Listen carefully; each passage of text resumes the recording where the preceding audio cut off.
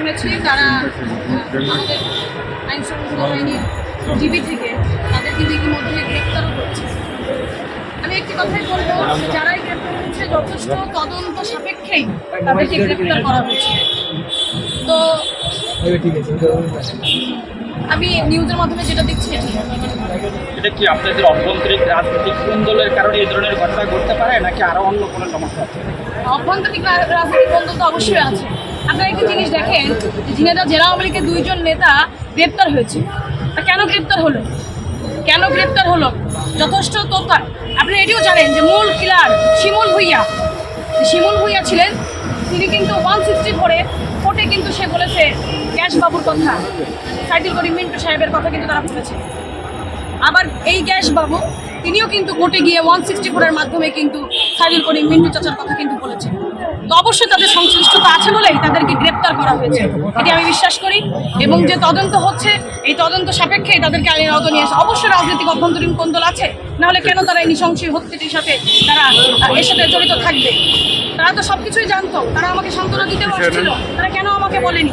আমি যখন সাংবাদিক ভাইদের কাছে চেয়েছি আমার বাবা নিখোঁজ, আমার বাবার খোঁজ করুন আপনারা, আমি ডিবি প্রধানের কাছে গেছি, আমি ডিবি পুলিশের কাছে গেছি যে আমাকে সহযোগিতা করুন, তখন কেন তারা আমাকে জানালো না? কেন তারা পুলিশের সহযোগিতা নিল না? তিনি জেলা আওয়ামী লীগের অভিভাবক, তার কেউ তার দায়িত্বের মধ্যে পড়ে না যে একজন সংসদ সদস্য জননেত্রী শেখ হাসিনা তার নৌকা প্রতীক দিয়ে 3বার পাঠিয়েছে, তার দায়িত্বের মধ্যে পড়ে না? কেন এইগুলো তথ্য গোপন করা হয়েছে? আপনি তো জানেন যে তথ্য গোপন করাও কিন্তু এটাই কিন্তু এক ধরনের এর অপরাধ।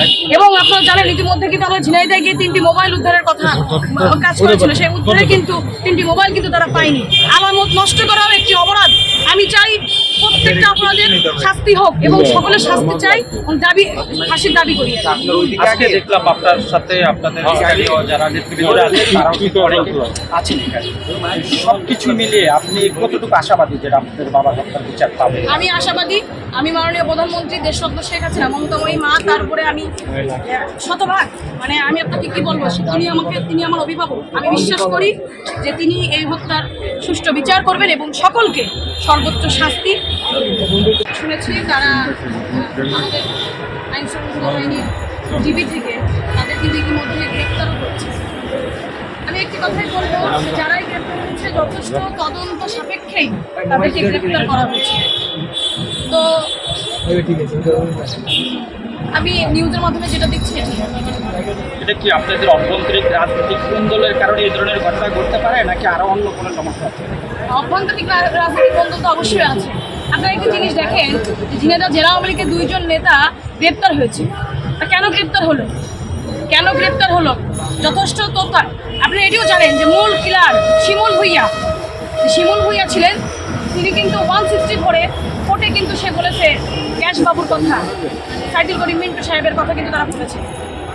আবার এই গ্যাস বাবু তিনিও কিন্তু কোর্টে গিয়ে 164 মাধ্যমে কিন্তু সাইদুল করিম মিন্টু চাচার কথা কিন্তু বলেছে। তো অবশ্যই তাদের সংশ্লিষ্টতা আছে বলেই তাদেরকে গ্রেপ্তার করা হয়েছে, এটি আমি বিশ্বাস করি।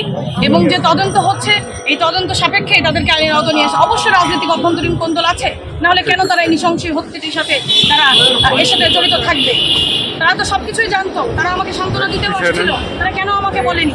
আমি যখন সাংবাদিক ভাইদের কাছে চেয়েছি আমার বাবা নিখোঁজ, আমার বাবার খোঁজ করুন আপনারা, আমি ডিবি প্রধানের কাছে গেছি, আমি ডিবি পুলিশের কাছে গেছি যে আমাকে সহযোগিতা করুন, তখন কেন তারা আমাকে জানালো না? কেন তারা পুলিশের সহযোগিতা নিল না? তিনি জেলা আওয়ামী লীগের অভিভাবক, তার কেউ তার দায়িত্বের মধ্যে পড়ে না যে একজন সংসদ সদস্য জননেত্রী শেখ হাসিনা তার নৌকা প্রতীক দিয়ে 3বার পাঠিয়েছে, তার দায়িত্বের মধ্যে পড়ে না?